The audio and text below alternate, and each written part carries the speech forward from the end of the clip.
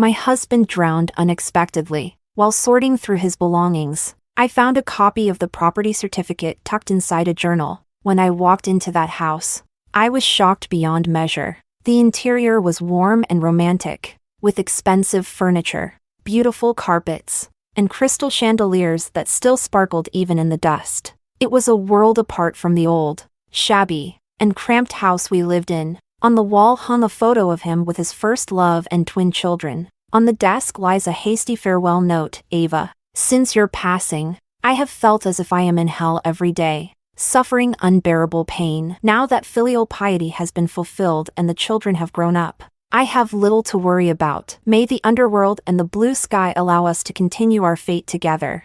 I stumbled out of the room. At this moment, all I want is to dig up his grave, but in a fit of rage, my blood surged, and after spitting out a mouthful of blood, my vision went dark and I fell backward. When I opened my eyes again, I was back in the 10th year of my marriage to my husband. Chapter 01. The police notified me that my husband Lucas's body was found at Shishon Reservoir while I was still at the office working overtime on the details of a last-minute change from the client. At over 40, with hormonal imbalances, I was still hunched over my desk like an old workhorse past 10 at night. At that moment, my resentment was greater than that of a ghost. Upon hearing this news, my first reaction was to think it was a scam. I shouted, "Get lost, you scammer! May you not have a good death." The other party did not get angry. He coldly stated his police badge number and explained that it was a night fisherman who discovered my husband's body and found his ID on him.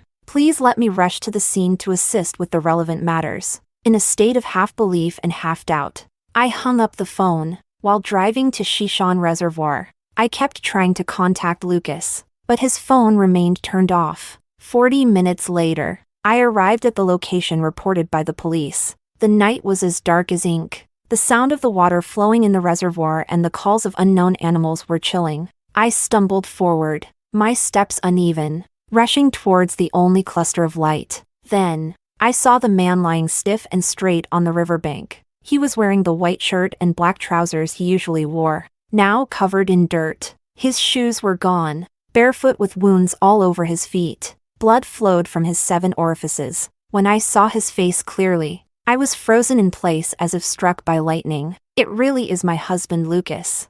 After on-site investigation, autopsy, and surveillance near the reservoir, the possibility of homicide for Lucas was ruled out. The forensic expert detected alcohol in his system, ultimately concluding it was an accidental drowning due to intoxication. The pair of children hurried back from abroad upon hearing the news of their father's death. I collapsed several times due to excessive grief, with my blood pressure skyrocketing, and was eventually sent to the ICU for emergency treatment. It was the children who took care of their father's funeral arrangements. By the time I was discharged from the hospital, Lucas had already been buried. It wasn't until the children took me to Lucas's grave that I was shocked to discover they had buried Lucas alongside their mother, Eva. But they had been divorced for over 20 years. I looked blankly at the children standing beside me. My daughter Luna spoke softly. This was my dad's wish. As she spoke, she pulled out a document from her bag and handed it to me. This is the will that Dad made before his death.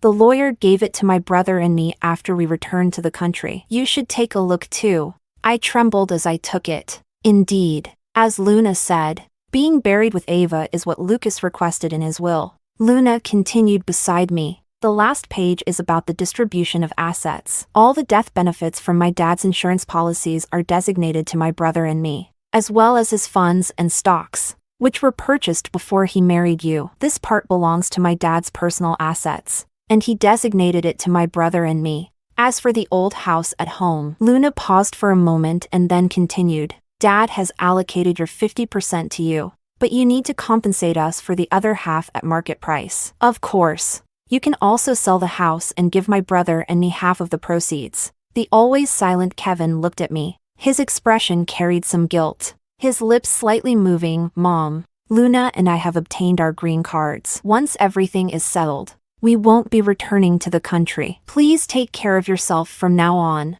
I looked at the pair of children I had raised for 20 years in disbelief, tears streaming down my face without my awareness. My throat was choked with pain. my voice hoarse to the point of near silence. How could you do this to me? I have been married to Lucas for a full 20 years, becoming the stepmother to the twins, Kevin and Luna, who are not yet 5. I deeply love my husband, standing by him through thick and thin. I care for our children with all my heart. I honor my in-laws with utmost respect. But in the end, I was schemed against until I was left utterly devastated. Chapter 2. Stumbling back home. I weakly pushed open the door. Everything inside still looks the same as it did when Lucas was alive. We have lived in this house for nearly 20 years, which I bought with my dowry money from my parents in the second year of our marriage. The house is over 30 years old, worn and dilapidated. The usable area is less than 80 square meters. It once housed 5 people, including my mother-in-law. Over the years, in order to support Kevin and Luna to study abroad, and to pay for my grandmother's monthly dialysis treatment for her chronic kidney failure, I saved and saved, always thinking, it will get better, everything will be fine. But in the end, I realized that I was merely a tool used by their family. My gaze is as vacant as a stagnant pool, like a marionette gathering Lucas' belongings, preparing to throw everything away. As I cleaned out his wardrobe, I discovered a journal at the very bottom of the clothes. Inside the journal was a yellowed piece of paper, a photocopy of a property certificate. The owner of the house is Lucas. I followed the address above and, after the locksmith registered my documents, he helped me open that door. When I walked into the room, I was shocked beyond measure. This is clearly the love nest of Lucas and Ava, with many photos of them and their 2 children hanging on the walls. The house is decorated in a romantic and warm style. Expensive furniture, luxurious carpets, and a crystal chandelier that still sparkles even when covered in dust. It was a world apart from the old, shabby, and cramped house we lived in. I struggled to move my feet and opened the door to the master bedroom. The room is large, with a walk-in closet, a dressing table, a 3-meter-wide bed, and a spacious, bright bay window. The clothes in the walk-in closet are neatly categorized and look very expensive. Next door is Lucas's study. The scene before me pierced my heart. The walls here are a testament to the happy footprints of their family of 4. From the children's elementary school to university, they have traveled across the beautiful mountains and rivers of the world. These are the places I long for but can never bear to spend money on. I collapsed into the chair in front of the desk. The open paper on the desk wrote a line, Ava, since your passing 2 years ago, I have felt as if I am in hell every day, suffering unbearably. Now that filial piety has been fulfilled and the children have grown up, I have little to worry about. May the yellow springs and azure skies allow us to continue our fate. What a tragic drowning accident after drinking. It turned out to be a case of love suicide. I tore that piece of paper apart in a frenzy. I don't know how long I sat there, struggling to stand up while holding my knees. I stumbled and staggered my way outside. At this moment, all I want is to dig up Lucas's grave. But in a fit of rage, my grief surged violently within me, and blood gushed from my mouth. Everything went black before my eyes, and I fell straight back. When I opened my eyes again, I was sitting at a table filled with lavish food and drink, surrounded by a cacophony, the sound of cups and plates clashing. The laughter and chatter of people surged like a tide. I was lost in thought for a while before recalling that this was Kevin and Luna's thank you banquet after the high school entrance examination. After the high school entrance examination, both were admitted to the best high school in the city. Not only was the tuition for 3 years completely waived, but they also each received a scholarship of 6,000 yuan. At this moment, Lucas is toasting at table after table with his 2 children to friends and family. Everyone praises Lucas for being a university professor, raising both children so excellently. Sitting beside grandmother, Ava smiled at the father and daughter trio, looking as if she shared in their glory. I raised the red wine in front of me and drank it all in one go. The slightly sour, cold liquid slid down my throat, making me acutely aware that this was not a dream. Still in a daze, a sour voice rang in my ears. Anna, you really are fortunate. Back then, your reputation was so terrible, yet you could still marry such a good husband like your senior. Not having a uterus means you don't have to endure the pain of childbirth, and you can just pick up such excellent children. It's truly enviable for others. I looked in the direction of the sound. The speaker was Zara, a junior who was 2 years below Lucas in college. Now she teaches at the same university as him. Also a philosophy teacher like Lucas. Her voice was loud, and many people heard her. Ava raised an eyebrow and smirked, looking this way as if waiting for a good show. Zara clicked her tongue. How did you get so lucky? I heard that 10 years ago your dad couldn't even give away a house to get you married. Who would have thought that senior brother would be so blind? So many women pursued him. Yet he chose you. It's really hard to make sense of it. I looked at her expression, slightly twisted by jealousy, and found it both amusing and somewhat pitiable. I heard that she had a crush on Lucas for many years, only to be outpaced by her good friend Ava. By the time she learned the truth, Ava was already 2 months pregnant. The two of them thus severed their friendship.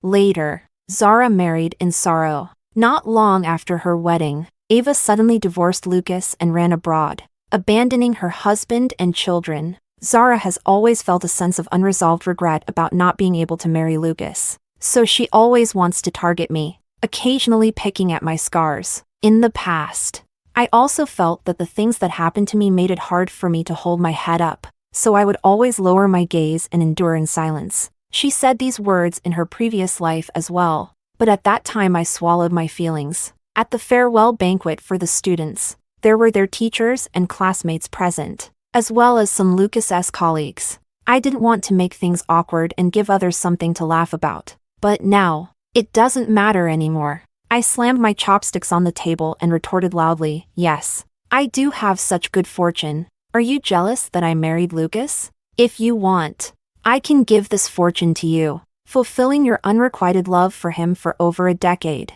so you won't have to keep bouncing around in front of me, secretly saying that I don't deserve him. Zara instantly turned pale, glancing nervously in the direction of her husband. Anna, are you crazy? What are you talking about?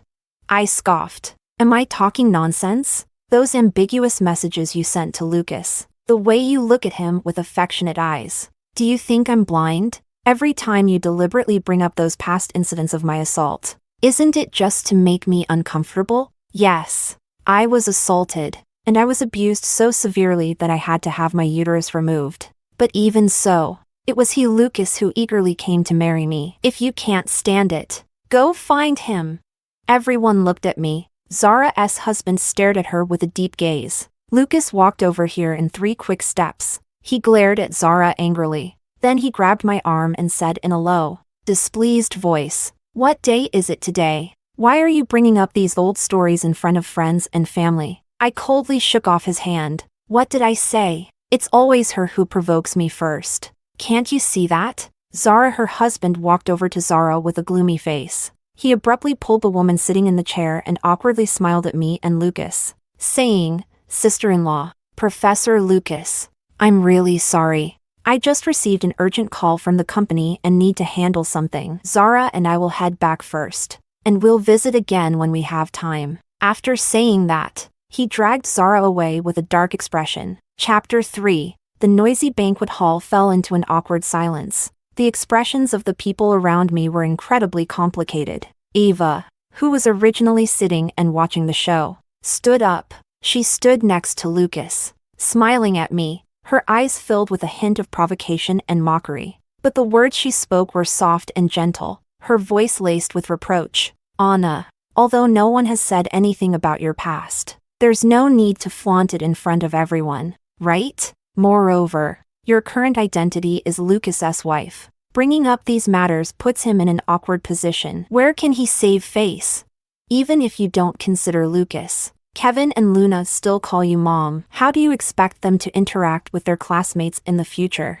I followed Ava's gaze to see Kevin and Luna standing not far away. Kevin clenched his fists, his eyes a deep red. Meanwhile, Luna was filled with tears, looking at me with a face full of hatred and disgust, recalling how they stood at the cemetery holding Lucas's will, urging me to hurry up and sell the house to split the house payment with them. I let out a cold snort. Their biological mother isn't dead. What right do I have to be their mother? Let's talk about it when their biological mother dies one day. Ava choked for a moment, her pale face turning bright red, her watery eyes seeking help from Lucas. A trace of harshness flashed imperceptibly in Lucas's eyes. He reached out again to grip my arm, the force so strong it felt as if he might crush my bones. He whispered angrily, "Anna, enough is enough. Don't make it so everyone loses face. If you have any grievances, take them home." 08. I raised my eyes to look directly at the man in front of me, a tide of hatred surging in my heart. Seeing that we were in a deadlock, the friends nearby hurried over to mediate. "Professor Lucas, come. We still want to ask you about how to educate children. My kid often fails exams. Can you tell me how you usually communicate with your children?" Before long, the banquet hall returned to its noisy state. I sat back in my chair, coldly observing everything in front of me. A tight pain gripped my chest. I poured another glass of red wine and downed it once more. I know that the best choice now is to divorce Lucas and distance myself from this family of ghosts, to live my own life. But they have deceived me my entire life. How can I possibly be willing to let go of this hatred? The teacher's banquet has ended, and the crowd has dispersed. Only I and Lucas and his family of 4 are left in the banquet hall. Grandmother's slightly coarse voice reached my ears. "Anna, if you don't care about your own face, we still do. Are you afraid that others won't know about your little scandals before marriage? That you have to make it known to everyone? What do you think those are? Glorious matters? With your kind of reputation, you can't even have children, even if it were your first marriage. I wouldn't look at you. What makes you think such a worn-out shoe is worthy of us, Lucas?" "Mom," Lucas interrupted his grandmother sharply. "Didn't I say not to mention the past again? Why are you bringing it up?"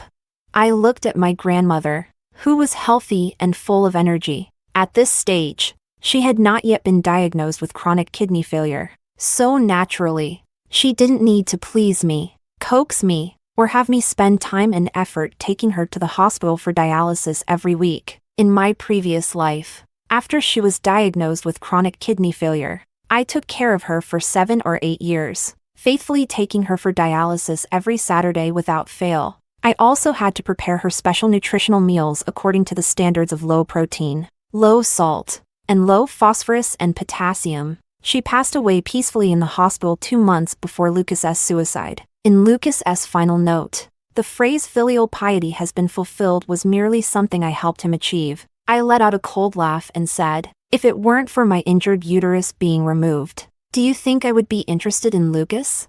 What do you think your son is? Some kind of virtuous person?" Even his professor title was obtained through connections. If it weren't for my dad running around to help him find a peer expert for a recommendation, he would still be struggling as a lecturer. Don't be fucking whores and still want to set up a monument. As soon as my words fell, the air around us momentarily froze. Grandmother clearly did not expect me to curse her so bluntly to her face. She was so angry that her face turned purple, and her whole body trembled uncontrollably. Standing on the side, Lucas was poked at my sore spot. He roared, "Did you take fire medicine today? Just because Zara said a few words to you, do you really need to go crazy?" Luna was also shouting, "Today is my and my brother's graduation banquet. Why do you have to talk about those disgusting things that happened to you? How am I supposed to hold my head up in front of my classmates now? Why do you always have to ruin everyone's mood?" I took a deep breath, suppressing the anger that was about to burst forth from the depths of my heart. "Yes, I did take fire medicine. What are you going to do about it?" Then I looked at Luna. "What does it matter to me whether you can hold your head up in front of your classmates? I haven't even complained about how ugly and short you are, with your nostrils flaring, making me lose face in front of my colleagues." Luna is indeed somewhat hard to describe in terms of looks. Although she and Kevin are twins, Kevin looks like his mother, while Luna resembles her grandmother as if they were carved from the same mold. Luna was stunned for a moment, instantly breaking down. She cried out "wow" and ran out of the banquet hall, sobbing with her little short legs. I also had no mood to argue with them any longer, picked up the bag behind me, and stood up to walk out. Chapter 4. Outside the hotel, it was already completely dark. The summer night breeze, though somewhat cool, still felt a bit sticky as it blew against my face. I kicked stones as I walked forward, my mind filled with tangled thoughts, recalling the things that had happened to me. I felt as if I were drowning again. I was once sexually assaulted, During my senior year internship, I was followed and dragged into a dark alley after my night shift. The public security at that time was far worse than it would later become. Many alleys had no surveillance at all. That man covered my mouth and nose. I fought with all my strength. And in the struggle, I kicked him hard in the groin. That kick completely enraged him. He threw me heavily to the ground. But after trying twice, he realized he couldn't do anything. He angrily pulled up his pants,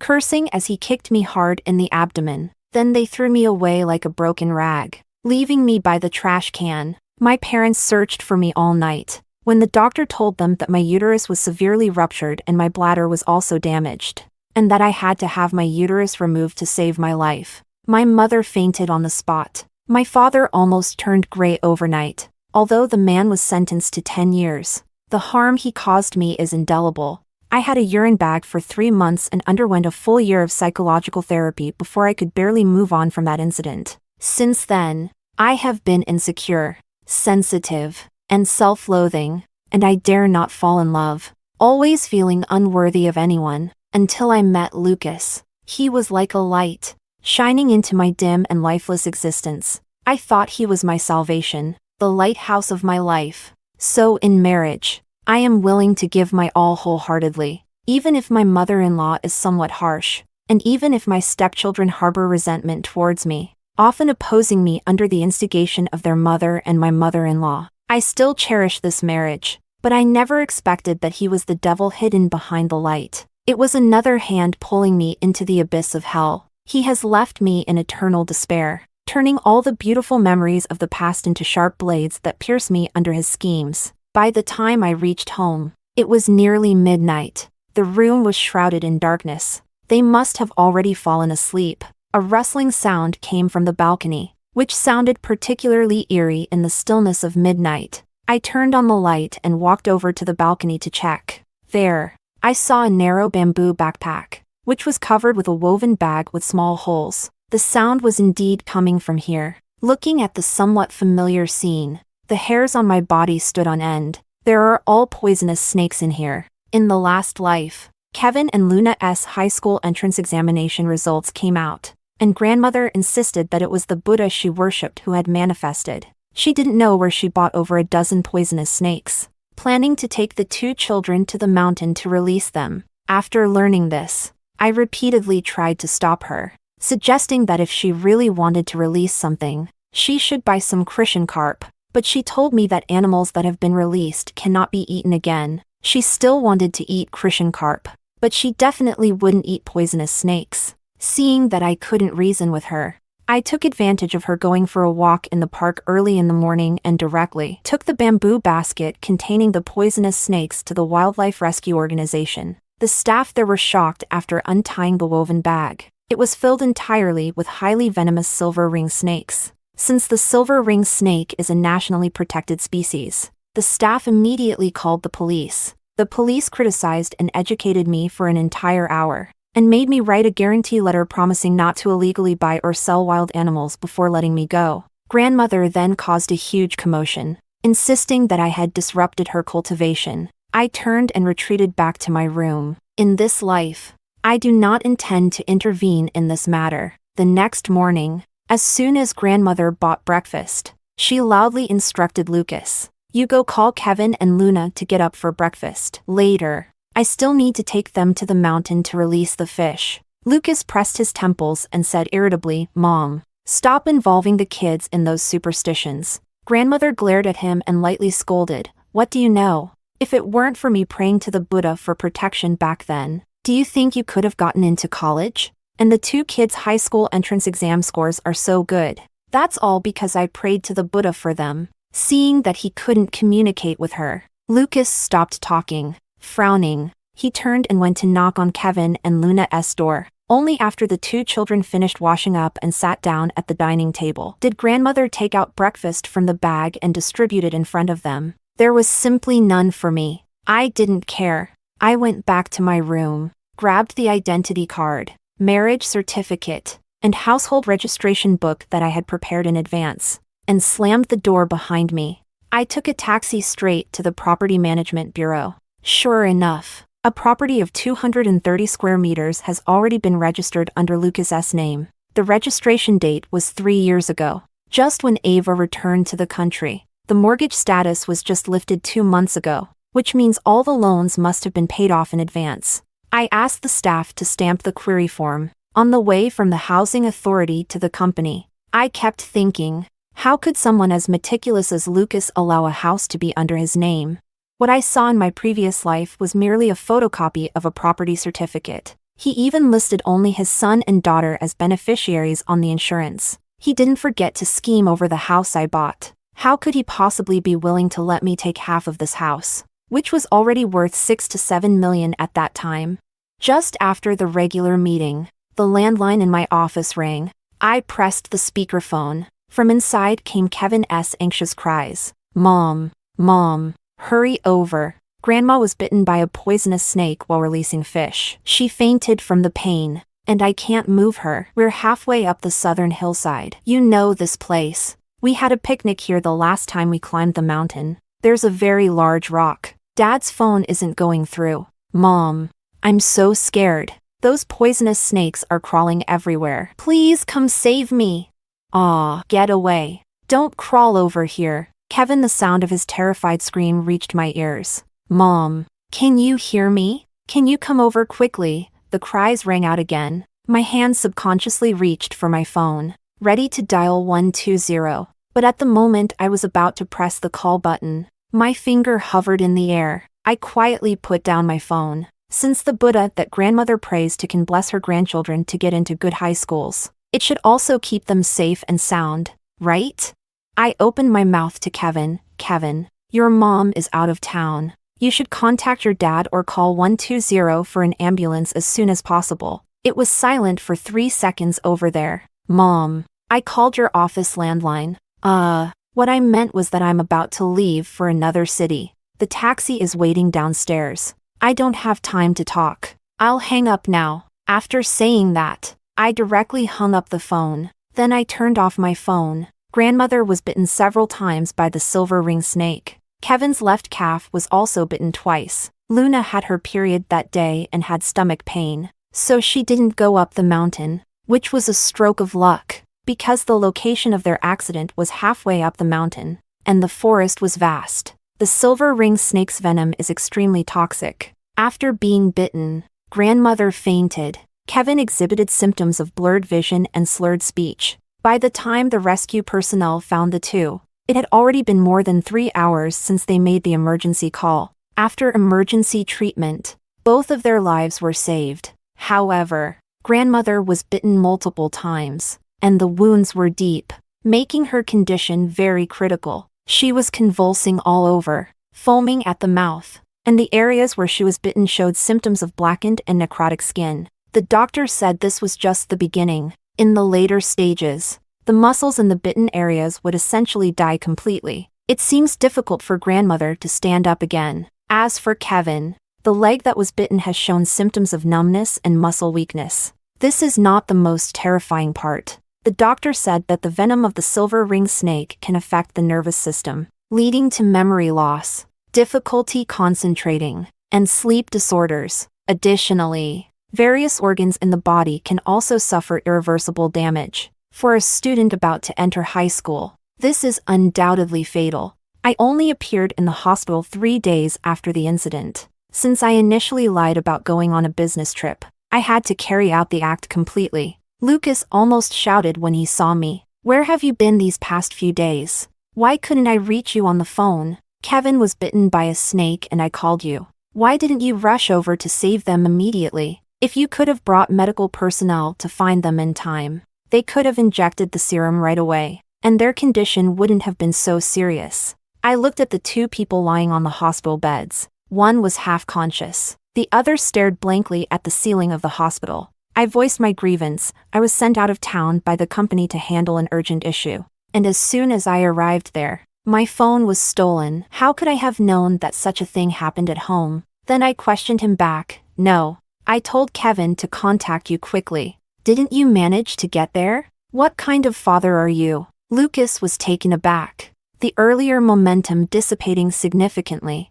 I continued in disappointment and anger. One is your biological mother, and the other is your own son. How can you be so cold-blooded and heartless, and still have the face to blame me for this? So tell me, what were you doing at that time? What could possibly be more important than saving your mother and son? A flicker of guilt flashed in his eyes, and his voice unconsciously softened a bit. I don't mean to blame you. It's just that you suddenly disappeared for 3 days, and I was both worried and anxious. All right.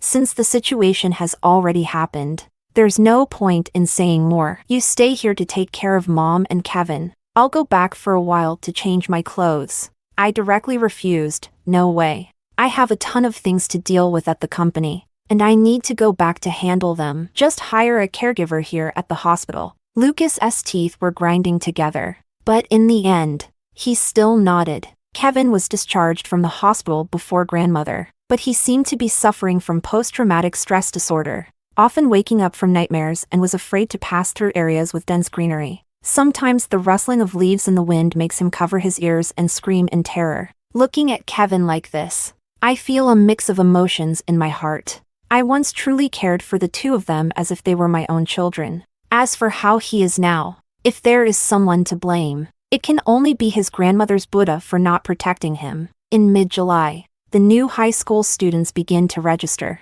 but Kevin's current state is clearly not suitable for enrollment. So I went to the school to help him apply for a leave of absence. Due to his excellent performance in the high school entrance examination, the school leaders readily approved it. When I handed the leave of absence form to Kevin, he covered his face and cried out loud. Perhaps he has already realized that taking a leave of absence is just a temporary escape. He will ultimately have no connection with that high school in the future. I sighed silently in my heart. This is the last thing I can do for him. I listed this old house we live in with the real estate agent. Although the house is old, the surrounding school district is good, so selling it for $500,000 to $600,000 shouldn't be a problem. However, I have already designated a buyer, and it will be sold for $300,000.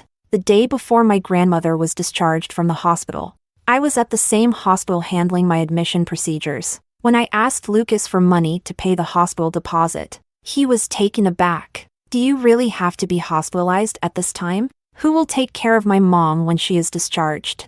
I looked at the man, who was red-faced and furious, took out the admission notice from the doctor, and explained to him that I had a nodule found in my lung, and the doctor recommended immediate surgery. In fact, the nodule is not large, but because it is pressing against my trachea, it causes me to cough constantly, and the doctor suggested it would be best to remove it as soon as possible. In my previous life, I had the surgery 3 months later, but now I intentionally moved it up.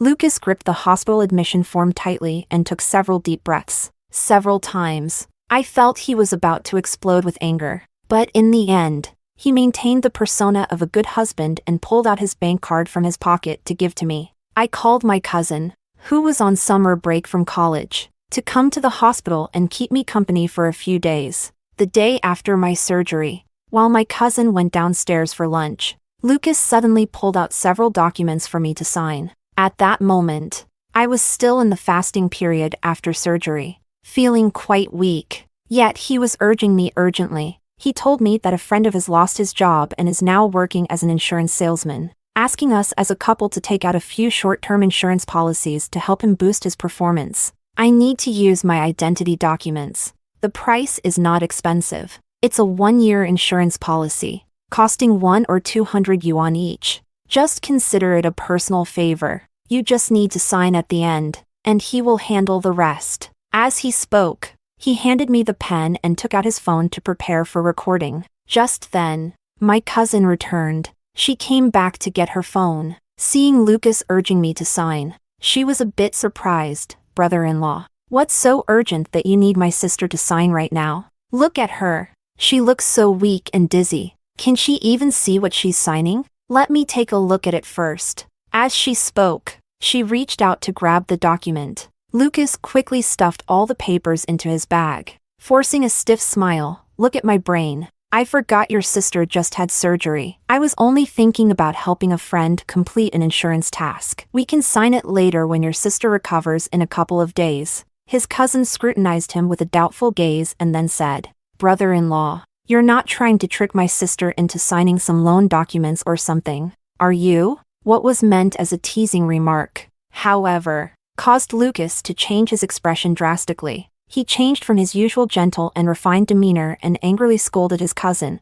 "What nonsense are you talking? You're a college student, yet you speak so uncivilized." After saying that, he hurriedly left the ward. My cousin had a look of grievance on her face. I picked up my cousin's phone from the bedside and handed it to her, apologizing and urging her to go eat quickly, not to stoop to the level of someone like Lucas. She went downstairs in a huff. The next day, the doctor told me that appropriate activity could help restore gastrointestinal function. My cousin borrowed a wheelchair and said that the weather was cool in the morning, so she took me downstairs to stroll in the small garden. She supported me as we walked slowly for more than 10 minutes. Feeling a bit tired, we sat down on a bench behind the rockery to rest. A familiar voice fell into my ears. "Didn't I say I would come over tonight? Why did you run to the hospital so early in the morning?" I turned around and looked in the direction of the voice. Lucas was holding a thermal insulation bucket in one hand and had his other arm around Ava's waist, his face showing a mix of helplessness and affection.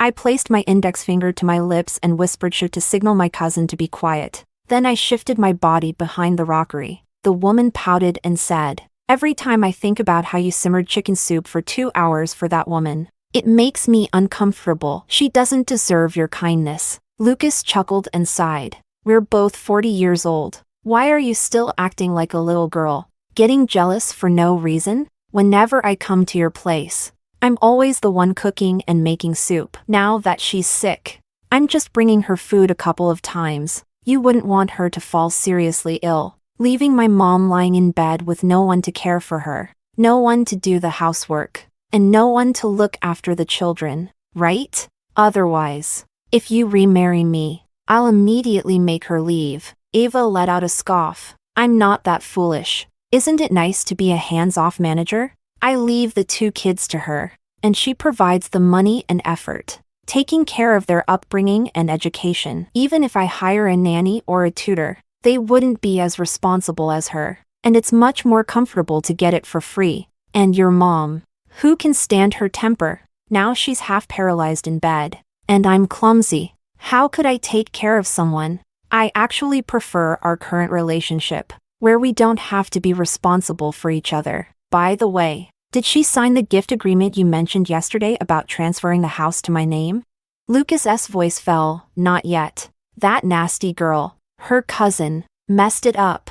We were almost successful. Actually, it doesn't matter if she didn't sign. It's just that if she finds out one day, it could be a loophole in a lawsuit. I'll look for another opportunity." Ava shrugged with indifference. "I trust you, Professor Lucas, to handle things. I'm just waiting." As she spoke, she reached out and snatched the thermal insulation bucket from Lucas's hand. "I'll go first to taste your cooking for her. It just so happens that I haven't had breakfast yet." Lucas hesitated for a moment, but still helped her open the lid of the thermal insulation bucket. Ava giggled as she picked up the thermal insulation bucket, first smelling it, then taking a sip. Ugh. She spat the chicken soup back into the thermal insulation bucket, frowning and saying, "Why is it so bland and so oily? It's not good at all." She took the lid of the thermal insulation bucket from Lucas's hand and closed it again. "I'm not worthy of such a flavorless chicken soup. It's better to give it to your good wife to drink." Lucas took out a tissue to help her wipe her mouth. She should eat light after the surgery. "I didn't add any salt. This old hen might be a bit fatty. I'll make you some more tonight. You wait for me downstairs. I'll bring the chicken soup up, and then I'll take you back later." The 2 of them walked hand in hand towards the hospital building. My cousin was completely frozen. When she turned to look at me, her face was already streaked with tears, and her hands were gripping my wrist tightly, causing me pain. I forced a smile at her, but it only made her tears flow even more. With her eyes red and swollen, she choked out, "Sister, I want to kill those 2 scoundrels for you." I gently patted her hand, soothing her. "Death is the simplest thing. I just want them to live on in torment." Chapter 5. After being discharged, Lucas temporarily sent his mother to a nursing home. He was just waiting for my health to recover before bringing her back for me to take care of. Hee hee. What a damn big son. The agent called me and said that the house has a buyer. Lucas was shocked when he learned I was selling the house. Are you crazy? If we sell the house, where will we live? I smiled and said, I'm planning to buy a bigger house. It's really too cramped for the whole family to live here. He furrowed his brow. Where do we have that much money to change houses? With my mom's health like this, and Kevin needing regular rehabilitation for his leg. We need money everywhere. This house is just a bit old, but the location is good. We don't even need to drive to the hospital, which is very convenient. I looked at him meaningfully. I may not have money, but don't you have some? After you were promoted to professor, you earn over $200,000 a year. I've been covering the family's expenses all these years. Don't tell me you have no money on hand. Lucas looked a bit unnatural. There is some, but all the money I have is tied up in funds and stocks, so I can't take any out for the time being. Seeing him take the initiative to bring up investments, I followed his lead and asked, since you say all your money is invested in funds and stocks, I need to take a look at the specifics of your investments. After all, this part belongs to the community property of spouses, and I need to verify whether your investment amounts align with your income over the years. Of course, he would never agree to let me see his investment projects. After all, he had used all his money to buy a house, and even if he had investments, he never intended to share them with me. It's okay, I'll call a lawyer to come over and notarize for us. I asked Lucas to confirm that, as of today, all investments under his name belong to the community property of spouses. Yet Lucas was reluctant to put pen to paper. He questioned with a dark face, Anna, what do you mean by this? Do you suspect me? I smiled and shook my head. Since you used your salary for the investments, they should rightfully belong to the community property of spouses. Today's notarization is merely a formality. Or are there hidden issues with your investments that you're keeping from me? Of course not. Since there isn't, why are you afraid to sign? Lucas choked. Seeing that he still refused to sign, I turned to consult the lawyer. If my husband is secretly transferring assets behind my back, how can I legally find out the flow of his funds? Lucas shuddered, and the pen in his hand fell to the ground. The lawyer understood without needing further explanation. He replied seriously, you need to apply to the court for an investigation order. Once you obtain the order, the lawyer will help you check all bank account information under his name, which of course includes stocks, funds, bonds, and other financial assets. However, these are relatively troublesome, time-consuming, and labor-intensive. Generally, this step is only taken when dividing assets during a divorce. Before the lawyer finished speaking, Lucas had already handed me the signed and stamped agreement. I smiled faintly as I took it, asking the lawyer to help record the notarization video. Compared to a house and the monthly transfers he gives to Ava, his premarital investments can still be sacrificed by 50%. A month later, the house was finally sold. The selling price was $300,000, and the buyer was a friend I had arranged in advance. Lucas was somewhat incredulous. He confirmed with the agent several times. The agent patiently explained to him that although this is a school district property, the new campuses for elementary and middle schools are under construction, and within 3 years, the schools will all relocate, turning this place into an urban village. Lucas was certainly not foolish. He told the agent to leave and that he would not sell the house. The agent took out the contract that I and Lucas had signed previously. We have signed a contract. If you unilaterally breach it, you will need to compensate the other party 20% of the house payment. I tried to mediate. Forget it. Forget it. Being able to sell for $300,000 is already good enough. The house next door belonging to Melly is over 100 square meters and only sold for $380,000. Once the schools move away in 2 years, it will be hard to sell at all. My dad heard that we are going to change houses, and he plans to sponsor $500,000, so we might as well sell it sooner. Melly indeed. Her house only sold for $380,000, but her family bought a new house, and this old house was sold cheaply to her sister-in-law. Lucas, seeing me mention that my dad would sponsor the house purchase, quietly closed his mouth. On the day the $300,000 house payment arrived, I directly invested all the money into the stock market. I went long, while my friend went short. This money was destined to be lost completely in my hands. Chapter 6. After the house was sold, I contacted the moving company to have them move everything to the large flat where Ava now lives. Kevin followed me anxiously when I saw that my new address was actually the house where his mother lived. He was so ashamed that he wished he could find a crack in the ground to hide in. I smiled and said, "You must be very familiar with this place. There should be a room here that belongs to you, right?" His face turned bright red, and his hands kept rubbing together nervously. I knocked on the door, but no one responded from inside. In front of Kevin, I called the police and then also summoned a locksmith. I told the police that my house had been illegally occupied, and that the person not only took over my house but also changed the locks. I took out various documents and the stamped inquiry results from the housing authority. With the help of the locksmith, I successfully opened the door. When Ava appeared carrying the large bags she had bought, the moving company had already finished moving all the items. She threw the things in her hands at me. "Get out! This house was bought for me by Lucas. What does it have to do with you?" I took out the marriage certificate again and waved it in front of her. "This belongs to the marital property of me and Lucas. The one who should leave is you." The police also clearly told Ava that this house is under Lucas's name and is considered community property, and she needs to leave immediately. If I pursue responsibility, she will also need to provide financial compensation. Ava stood frozen in place, crying. She took out her phone to call Lucas, hoping he would come over to help her resolve this matter. I looked at her with a cold smile. Lucas is currently in no position to help himself, so how could he possibly care about her issues?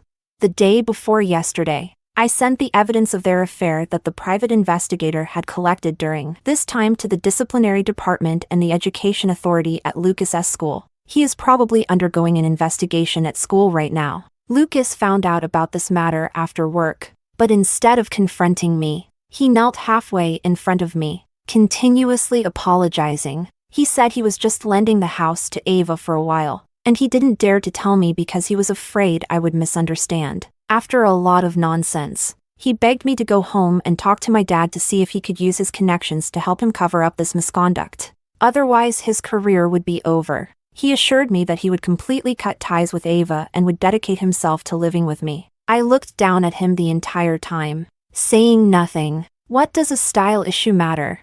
There are even greater storms waiting for him. Under the pretense of helping him persuade my dad, I moved back to my parents' house. I mainly fear that he won't be able to handle the blow and, in a fit of anger, might hurt me. Some time ago, I accidentally came across Lucas's old computer that he had discarded years ago, intending to see if there was any usable content, so I spent over 200 yuan to repair the computer. As a result, I found evidence of his plagiarism in this computer. His doctoral thesis published in a journal has nearly 30% of its content as translated plagiarism, with some viewpoints copied directly and similar reasoning processes. Moreover, the foreign paper he referenced was also saved on the old computer. I sent the materials to the journal magazine office, reporting Lucas for plagiarism. Not long after, the magazine office quickly published the official retraction notice for Lucas's paper and removed its content from the database. They also permanently blacklisted him,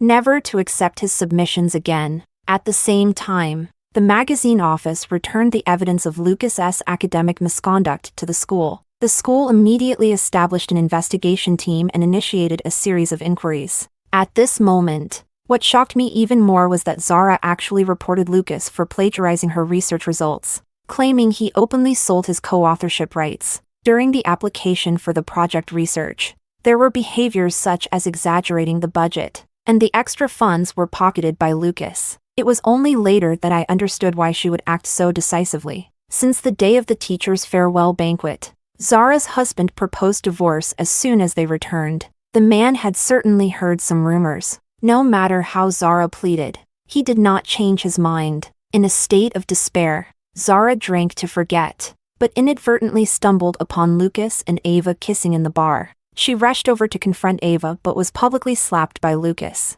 Zara only then realized that for so many years she had nearly been a fool played by Lucas, willingly dedicating her research to him. So, in a fit of anger, she directly reported him under her real name, seeing everyone else putting in effort.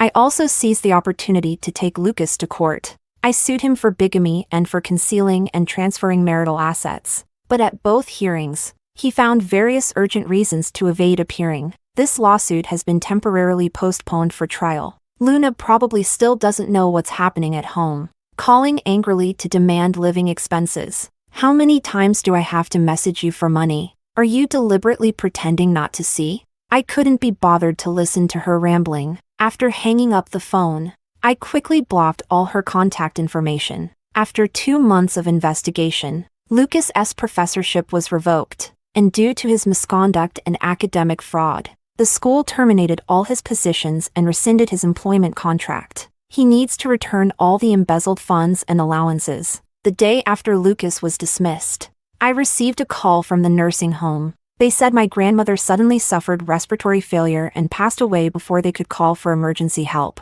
I conveyed the news of my grandmother's passing to Lucas. There was a long silence on the other end of the phone. I didn't attend my grandmother's funeral, citing physical discomfort as an excuse. Everything about their family no longer had anything to do with me. That night, while working overtime at the company, I received another call from the police. The police informed me that Lucas had fallen into the water at Shishon Reservoir, but fortunately, he was discovered by night fishermen, who pulled him out and called 120 to send him to the city hospital. I rushed to the hospital. Lucas was temporarily out of danger, but his thigh had been cut by sharp objects underwater, and due to prolonged immersion, it had developed a severe infection. The doctor provided me with 3 treatment plans and was about to explain each one to me. I asked, "Just tell me which treatment plan is the cheapest." The doctor hesitated for a moment and said, "The cheapest treatment plan is amputation." "But then let's amputate,"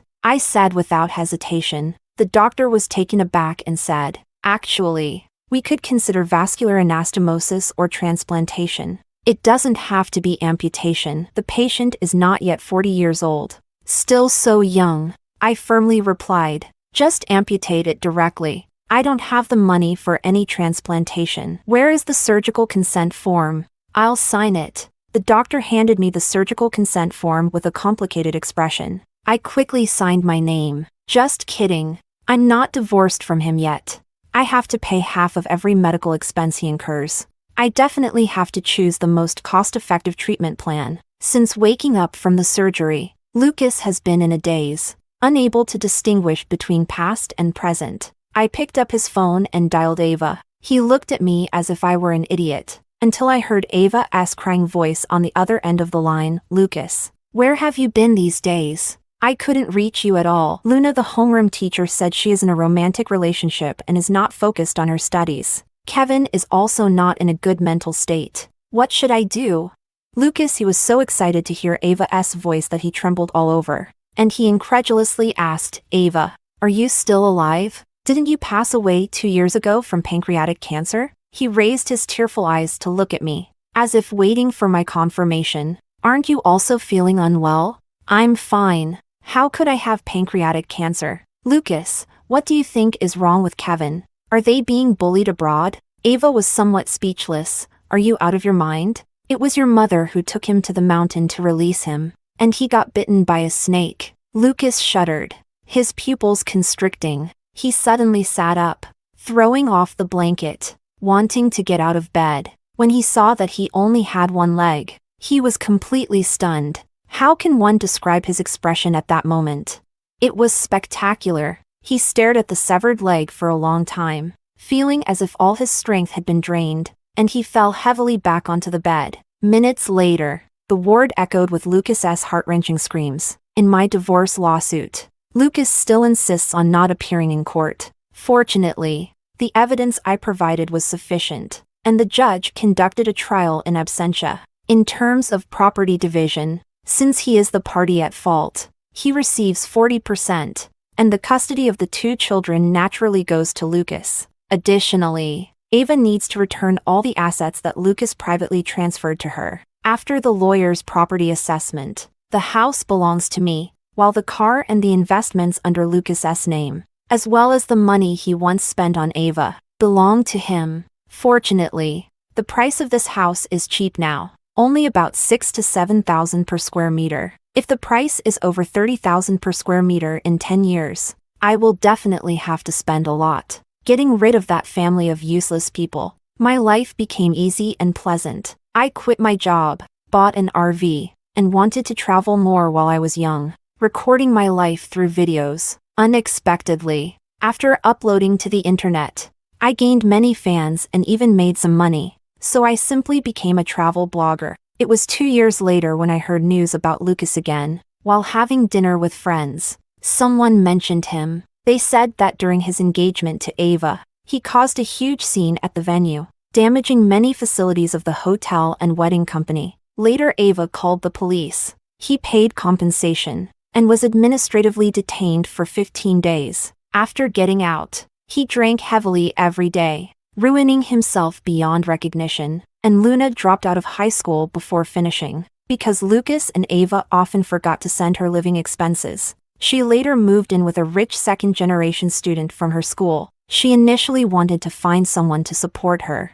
but accidentally got pregnant. Luna was advised to leave school. Lucas went to the rich second-generation's house to cause a scene, but ended up being slandered, accused of Luna being the one who sold herself. In the end, the wealthy family paid 60,000 yuan to suppress the matter. The wealthy heir walked away unscathed and continued his studies. Yet that 60,000 yuan bought out Luna's bright future. Hearing this, I couldn't help but feel sorrowful, recalling my own past, and I let out a soft sigh. A girl's path is always a bit harder to walk. Later on, Ava was diagnosed with pancreatic cancer again, and when her fiancé found out, he broke up with her immediately. She turned to look for Lucas, but she discovered that this man had completely disappeared at some point. No one knew where he had gone. 26. Time flies, and 2 years have passed. I am no longer keen on traveling. Instead, I hurriedly bought a villa while housing prices haven't risen yet.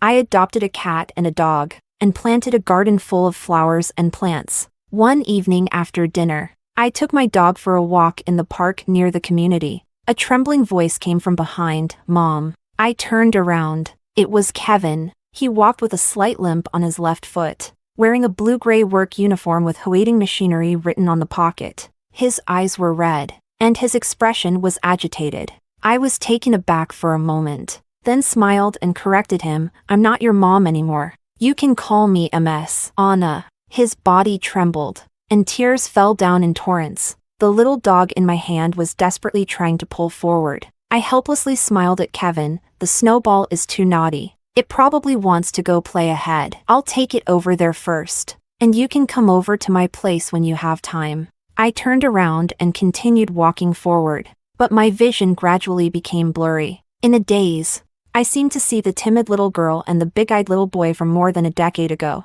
They are small, and their eyes are full of curiosity as they look at me. The boy asked, "Who are you? And why did you come to our house?" "I am your mother." The two little ones' eyes sparkled with excitement as they rushed towards me, hugging me and cheering. "We have a mother now. I want to tell my friends in kindergarten that I have a beautiful mother."